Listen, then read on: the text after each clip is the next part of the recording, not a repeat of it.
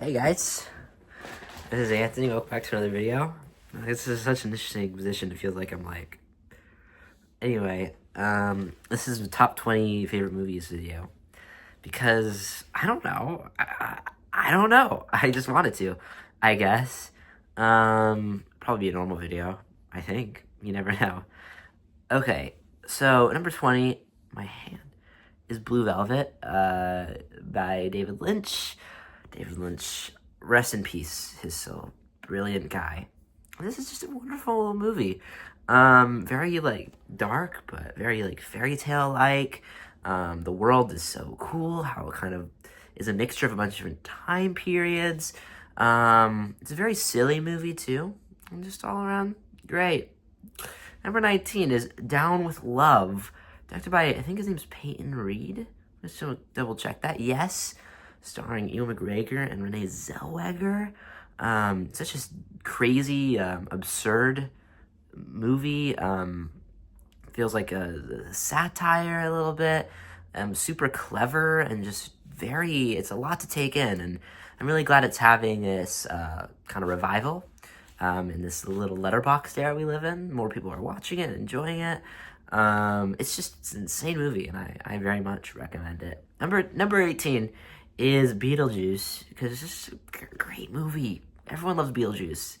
It's just perfect. There's nothing to say about Beetlejuice. It's great. It's Beetlejuice. Number 17 is 2001: A Space Odyssey, directed by Stanley Kubrick. I once thought this was the greatest movie ever made, and I think from a technical standpoint, I might still kind of think that. It feels like kind of like the entity in that movie. It feels like it was sent down from a greater life being because of just how much of a triumph it is, and how cold and detached it is. It's just a good movie. Number 16 is Close Up by Abbas Kiarostami, which is like a half documentary, half narrative film about a guy who like pretends to be a movie director and betrays the confidence of like a family who he is pretending for. And it's just kind of a little lightning in a bottle of just this really beautiful kind of thing this director captures. And the guy who is on trial just like says so many like beautiful things about like identity and art, and it's really just a movie you kind of have to watch to find out about for yourself, because it's hard to describe, but it's a really special thing. Number 15 is Aftersun. Oh man, this is a movie that came out 2022, directed by Charlotte Wells, and Paul Mescal's in it, and it's I think another movie I'll get to soon, and then Anora, which I really love. I think those are the three best movies of the decade so far. It's a really beautiful movie about a father and daughter, but it's also, we also see it through the eyes of like the older version of the daughter looking back at footage of this trip. And so it's also about how we look back on ourselves and how we look back on like our parents and just like the people in the adults in our lives when we ourselves are older, and maybe we like understand them more, or we kind of are searching to understand them more. Yeah, I don't want to give away too much of it, but it's a devastating movie. It's a very devastating movie, and yeah, just because it's in a very subtle way. Number 14 is Fallen Angels by Wong Kar-wai. I think this is just like one of my favorite movies about love. It's very surreal and mainly centers around three characters who I feel like represent different facets or components or kind of archetypes of people's relationships with love. There's like this like assassin, and then there's this woman who's also an assassin, but she's mainly just kind of heartbroken throughout the movie. Then you have this guy who falls in love in the movie, and it's this kind of little delightful, strange. The whole thing's a very kind of psychedelic, strange movie, but it's very like poetic, and it's just a movie you kind of feel, and it's definitely my favorite of Wong Kar-wai. Number 13 is Drive My Car. I don't know how to pronounce the director's name, but this came out in 2021. This is one of the other, I think, best movies of this decade. It's based off a Murakami short story, and it's like 3.5 hours long, I think. Is it? I can't find it, but I think it is. And it's a movie that you kind of just immerse yourself in for a really long time, and by the time it's over, it just gets to you. It's a very slow burn, but it really pays off, and just really just delves so deep into the soul in a way that not a lot of movies have done for me. I'm just gonna move on because of time. Number 12 is Phantom Thread, another great movie about love. Very tortured movie about love. I mean, this movie just really blew me away when I saw it in 2018. I hadn't seen anything like or experienced a story like this.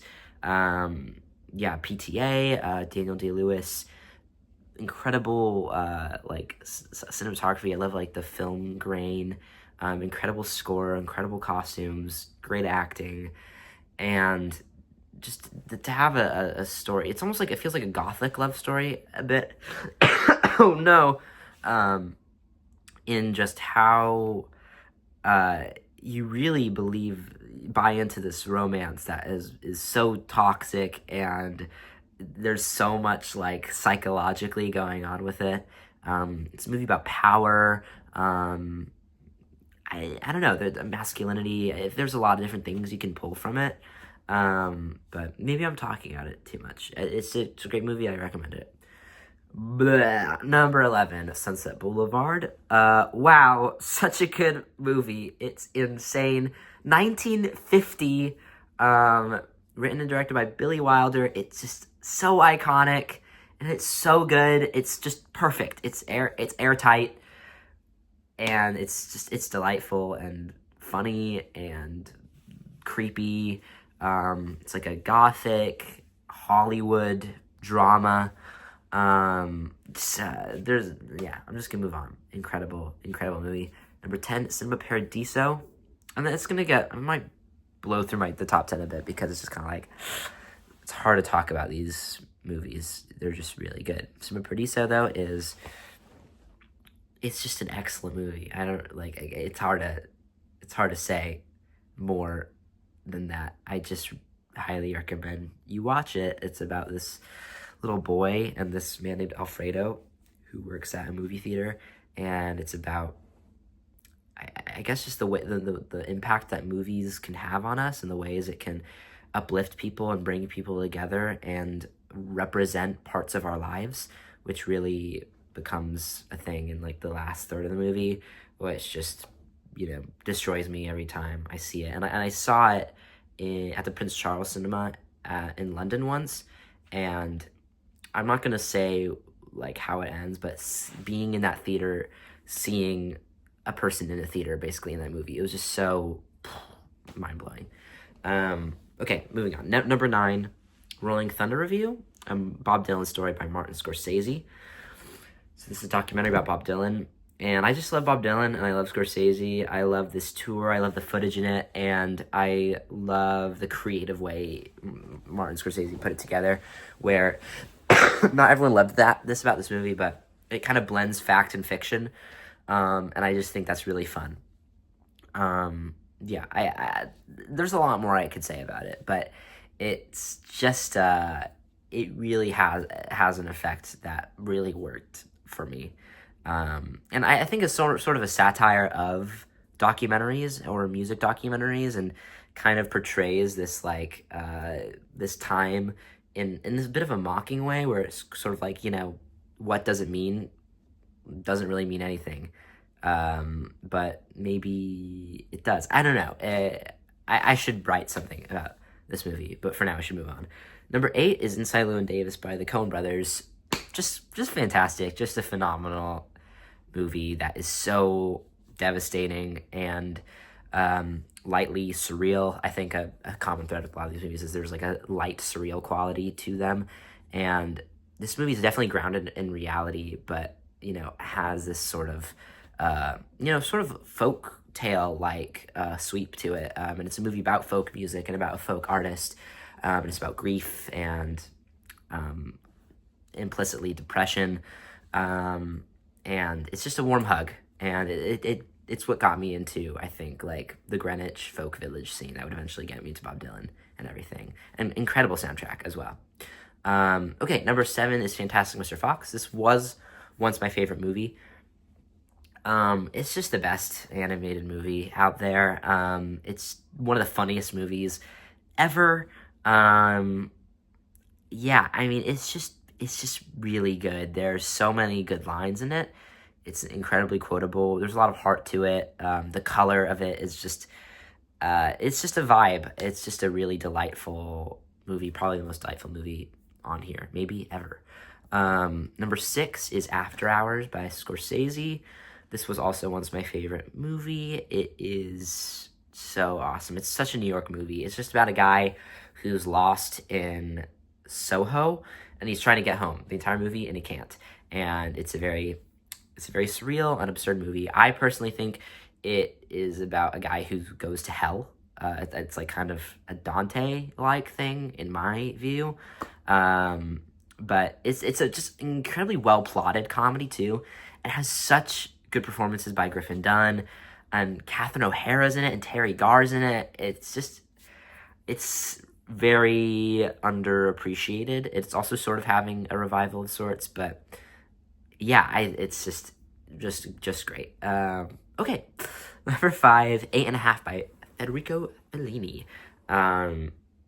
This movie I saw a second time, a couple of years after I saw it the first time, and it really connected with me the second time I saw it. It's about this sort of narcissistic guy who is making a movie, but he sort of doesn't, spoiler alert, he doesn't really have a movie. He's just sort of lost in his head, and he can't get out of it. And I'm not exactly like this guy, but there is a feeling to this movie that I think a lot of people who are like passionate about the arts in some way can relate to, where I don't know, we really get inside this guy's head, and I mean, he's really just trapped in his ego, and he can't find his way out. But the way he does at the end is really powerful because of the journey you go on.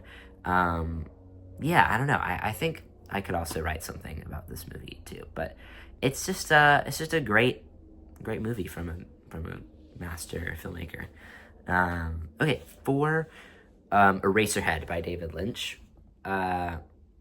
Just a relatable movie. I don't know. No, it's it's a very strange, weird movie that isn't very clear what's going on in it. But to me, it's sort of similar to After Hours, where you're just kind of going on this journey with this guy who's like, to me, it's just a movie about anxiety, and it's a very abstract representation of a guy's anxieties and fears. And the aesthetic is just so crazy and so abrasive and jarring, and I love it. And I just think it's Lynch at his most like outrageous, and it's terrifying but also funny, and oh god, the black and white and the white fog and the symbolism, it's just so good. Okay, top 3. Number 3, Hot Fuzz. Best comedy ever. I mean, it's just tight, hilarious, genius. I mean, every line pays off, and just incredibly well acted across the board. It's just fantastic. I'm just gonna move on. Number 2, Barry Lyndon. I love this movie so much. Every time I see it, I could talk about this movie forever. There's there's so much going on in it. It feels like a satire of sorts. It's about this like guy in the 18th century England who kind of finds his way to the top of like power there. But he's not a likable guy at all. He's very dull, and there's this weird, cold narrator who is walking you through the story. It also becomes a bit of a family drama, and it's super investing, but also it's just so many things at once. And I think that is also another thread of a lot of these movies, is movies that do combine like tones in a very interesting way. And I think this movie is a very big example of that, where it's a straightforward drama, but it's also very much not. And I feel like it also plays with the idea of artifice and it being this historical story that is so removed from us in the present day. It feels like a bit nihilistic, where it's just like everything these people do feels kind of meaningless, in just how,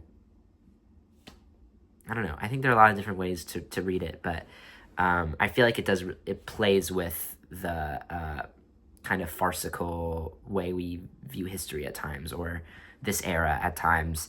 It also is like shot like very beautifully, but in a detached kind of way, where the shots are kind of like paintings.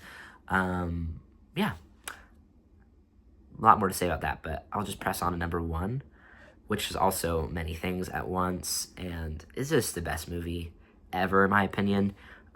This would be Nashville by Robert Altman. This is just an epic about America and politics and art and love and just everything.